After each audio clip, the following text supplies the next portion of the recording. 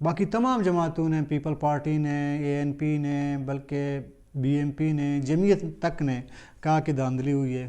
نون league نے کہا نہیں جی یہ صاف اور شفاف الیکشن ہوئے ہیں۔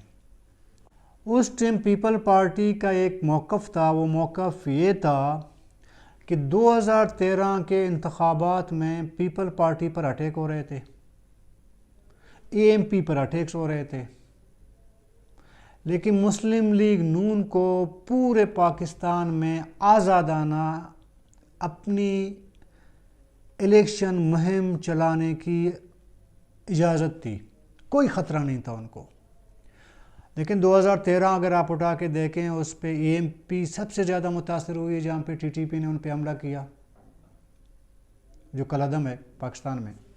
اسی طرح پیپل پارٹی کو سندھ کے اندر اور دوسرے صوبے جیسے کہ پنجاب وغیرہ میں بھی بہت بڑا تھریٹ تھا، لیکن نون لیگ کو کسی طریقے کا کوئی تھریٹ نہیں تھا۔ نون لیگ آزادانہ طور پر اپنی الیکشن مہم چلا رہی تھی، اور شہباز شریف صاحب نے ایک ٹائم پہ وزیر اعلیٰ ہوتے ہوئے کالعدم تنظیموں کو، مذہبی تنظیموں کو، اس میں کالعدم TTP، لشکر جنگوی جیسے تنظیمیں تھیں، ان سے ریکویسٹ کی کہ وہ پنجاب میں دھماکے نہ کریں، پنجاب میں وہ ڈسٹرب نہ کریں۔ بہرحال نون لیگ کے بارے میں بہت سارے اسکینڈلز ہیں، اسامہ سے لے کر کئی ایسے تنظیموں کے ساتھ، بہرحال اس پہ ظاہر ہے کہ بعد میں اس پہ تو بات ہی نہیں ہو رہی۔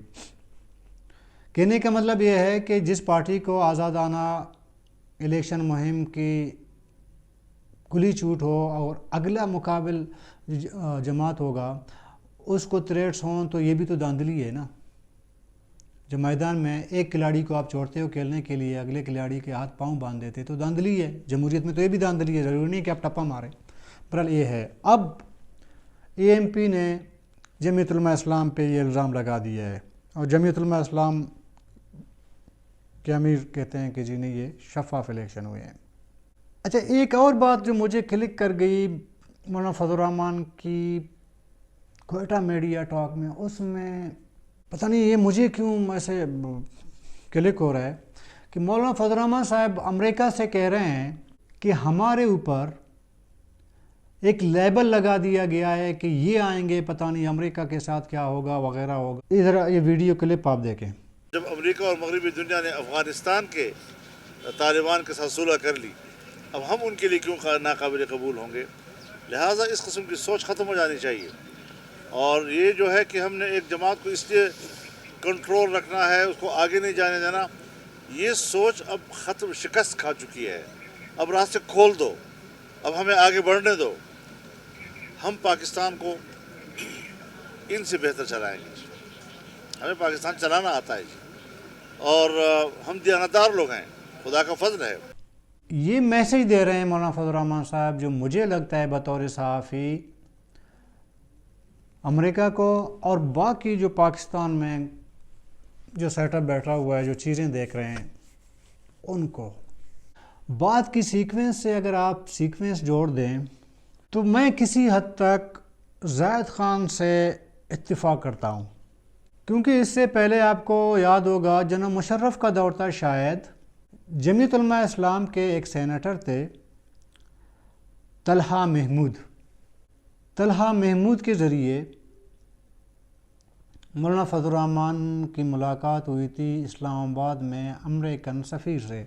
یہ بات وائرل بھی ہوئی، یہ تو ہر ایک کو پتہ ہے کہ ملاقات ہوئی۔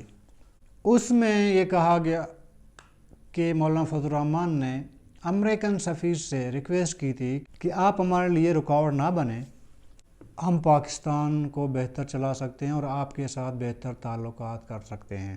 اس میں ملاقات کی تو بات ہو رہی تھی، لیکن اس میں طلحہ محمود کی بات نہیں آ رہی تھی، لیکن بعد میں پتہ چلا کہ طلحہ محمود نے یہ ملاقات کروائی تھی۔ بلکہ جو جمعیت علماء اسلام کے جو ناراض سینئر رہنما ہیں، جیسے حافظ حسین احمد، مولانا محمد خان شیرانی صاحب، انہوں نے تو برملا اپنے میڈیا ٹاکس میں بھی یہ بات کی تائید بھی کی ہے، چونکہ اس وقت تو ایک ہی تھے نا، ابھی تو ناراض ہو گئے ہیں۔